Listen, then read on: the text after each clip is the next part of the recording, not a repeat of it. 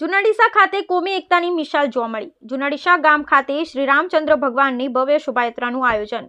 मेरी चौखट पे चलकर आज चारों धाम आए हैं, बजाओ ढोल स्वागत में, मेरे घर राम आए हैं। ડીસા તાલુકાનું કોમી એકતા ધરાવતું ગામ એટલે જુનાડીસા ગામ। જુનાડીસા ખાતે ભવ્ય શોભાયાત્રાનું આયોજન કરવામાં આવ્યું।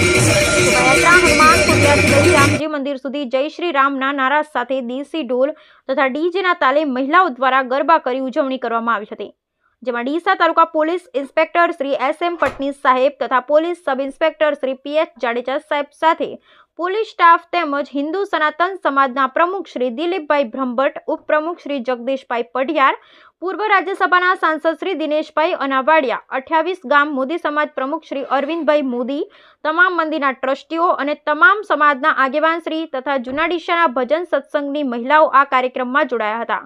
સમગ્ર જુનાડીસા ગામ આજે રામમય બન્યું હતું। સંગીતકાર પણ રામજીની ધૂન છેડી અને લોકોને મશગુલ કર્યા હતા।